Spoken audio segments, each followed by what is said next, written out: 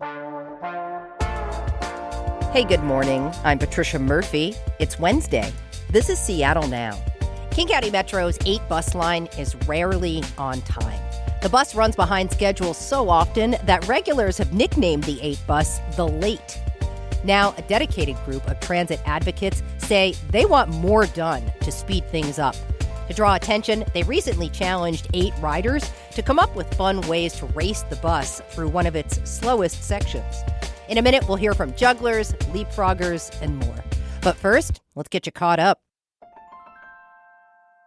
We'll get started with early returns from yesterday's primary election. Seattle Mayor Bruce Harrell is trailing challenger Katie Wilson by 1,300 votes. Erica Evans is leading in the race for Seattle City Attorney, surpassing incumbent Ann Davison by more than 13,000 votes. On the city council, Eddie Lynn leads Adonis Duckworth, Alexis Mercedes Rink leads Rachel Savage, Dion Foster is leading Sarah Nelson in districts 2, 8, and 9. Gurmai Zahalai leads Claudia Balducci for county executive. Follow all the results at KUOW.org. And remember, these are early returns. In other news, if you like Pike Place Market car free, you're going to love the news that the pilot's been extended again. KUOW reports that the mayor's office says the car-free pilot that started in the spring is going so well, it'll continue until spring 2026. The plan restricts most vehicle access at First Avenue and Pike Street. And hold on to your frequent flyer miles. Alaska Airlines will fly 2 new nonstop routes from Seattle starting this spring. You can book direct to London Heathrow or Reykjavik, Iceland. It's all part of Alaska's global expansion since acquiring Hawaiian Airlines. The planes will also sport a new design inspired by the Aurora Borealis. Check back for more headlines on tonight's episode of Seattle Now. Everyone better be ready to go as fast as they can, because I've been hearing Metro's been saying they've been practicing for this. They're getting ready. They've been doing extra calf raises so they can smash on the brake on Denny. They've been doing upper body workouts to hit the horn. On a sunny summer evening, a large crowd of people gathered at the corner of Dexter Avenue and Denny Way, ready to take on what many riders consider Seattle's slowest, most frustrating route. We also have a water station halfway. So we have water for humans, but just to keep things fair, we also have motor oil for the buses. The surrounding streets are packed with cars and buses. It's rush hour, and people are trying to get home.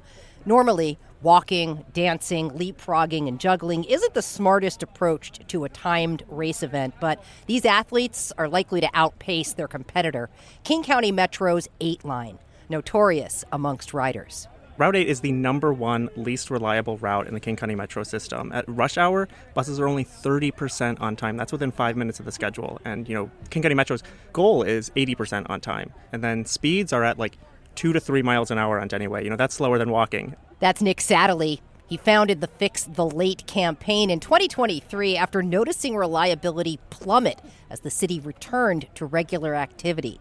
Nick lives on Capitol Hill and says the 8 is the fastest way to get between Seattle Center, Capitol Hill, South Lake Union, and the Central District, if it's on time. The 8 is also unique in the system. So it's the only east-west bus route between downtown and the Ship Canal. So it's the only route that connects all of these routes together. We know that 60,000 people work within walking distance of Route 8. That's 1/10 of all of the adults in Seattle. Which brings us back to the corner of Dexter Avenue and Denny Way, heading east towards Stewart Street. As the racers warm up, the 44,000-pound Metro bus idles at a red light, stuck in bumper-to-bumper traffic. It's the afternoon commute, and the 100-plus transit advocates are champing at the bit, crammed on the sidewalk, ready to race. They'll have to deal with the changing stoplights, too, as well as pedestrians and sidewalk lime bike riders. It's going to be tough for people like Bronson and Avi, who tied their legs together for a 3-legged race. We were thinking of trying to balance eggs on spoons while we walked, but figured this would be a little bit more fun. Eggs are expensive. They live in Lower Queen Anne and rely on the 8 to get to Capitol Hill. And it sucks. Sydney Rose and Lucas Bueno showed up in matching frog onesies. They're planning to leapfrog to beat the bus. We did already have the frog onesies. The same one. So. It's a lighthearted take on a serious issue. Lucas says they're both transit users, passionate about the city's transit system.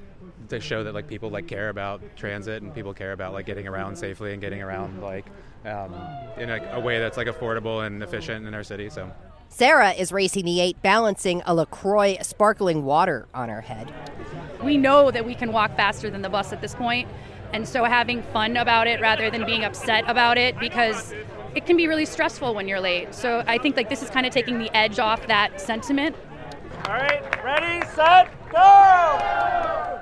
It's a strong start. Someone on a bike is bringing up the rear with a speaker playing some music, including local band Taco Cat's FU number 8, a hate anthem dedicated to this very bus line. A couple of minutes in, the 8 is lagging. The dense traffic clogs the stoplights. So long, in fact, we can step on to do a quick interview to ask about the race. The driver, a trainee, remains undeterred. Supervisor Kenneth Bryant holds out hope that today the 8 will win. Bryant says he's happy to see so many people racing the 8 and thinks the public attention might help improve things. I think it's great. I think it's fabulous. We see our dedicated riders here. We want to try our best to get the people where they got to go. Obviously, as you can see, there's a lot of traffic here. We've been dealing with it for years, and we're just trying to come up with some solutions to improve the lanes and streets here. Along the route, the 8 struggled up the street, while the racing leapfroggers remained surprisingly springy. Feeling great. We're definitely beating this bus. I'm coming.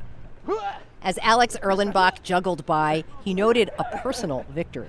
So far, I have not lost a single juggling ball. I have dropped them a dozen or several dozen times. They have gotten away from me, but people have been very helpful. No cars have gotten to them yet. In the end, the majority of racers beat the 8 by a pretty wide margin. There were a few stragglers in the back who didn't quite make it, mostly because near the end, the 8 gets a stretch of individual bus lane close to Stewart Street. That bus lane was installed in 2017, thanks to some federal money dedicated to transit from the Obama administration. It's the most recent concrete change for buses on Denny Way. If you ask Sarah, who is balancing the LaCroix, there's a lesson to be learned there. There is a small segment, and we would love to see that expanded in all of the choke points along Denny. Metro and the Seattle Department of Transportation have also worked together on smaller adjustments, changing the length of traffic signals, making it easier for buses to pick up passengers without moving in and out of traffic. But those are small changes, and the 8 may need something more sweeping. I understand the frustrations of transit riders feeling like we haven't made another big change since they saw that transit lane go in probably 2017 or 18. That's Mike Esty. He's the acting director of transit and mobility for the Seattle Department of Transportation. SDOT is responsible for studying and installing bus-only lanes around the city, and SDOT and King County Metro are working together on a study of what extended bus lanes would look like on Denny Way. Seattle's 2024 transit levy has funding specifically devoted to improving the 8's efficiency, but it's going to take some time before SDOT decides on putting paint on pavement.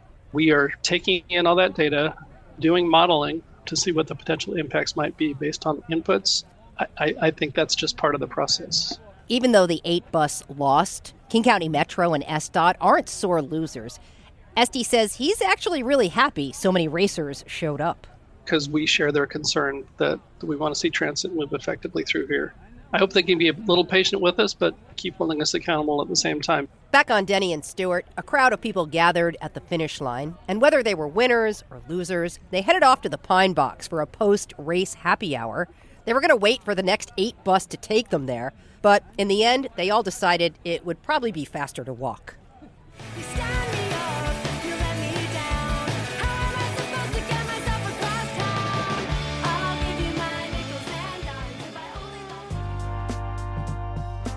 Thanks for listening to Seattle Now. Today's episode was produced by Vaughn Jones, who lost to the 8, but to be fair, they were busy trying to get interviews.